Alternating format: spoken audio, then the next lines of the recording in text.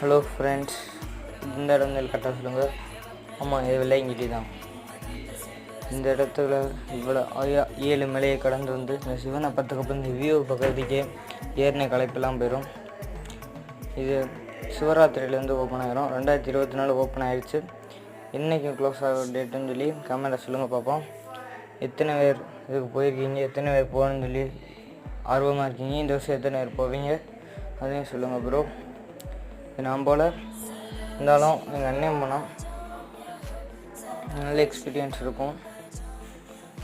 கால்வலி எதுவுமே தெரிஞ்சாலும் இந்த வியூ பார்த்தாலும் உங்களுக்கு எல்லாம் பறந்து போயிடும். பாருங்கள், இந்த வியூ பாருங்கள், அந்த மேகத்தோட வியூ பாருங்கள். நான் வீடியோவில் தான் பார்த்தேன், இருந்தாலும் எனக்கு பூன்ஸ் மாதிரி இருந்துச்சு.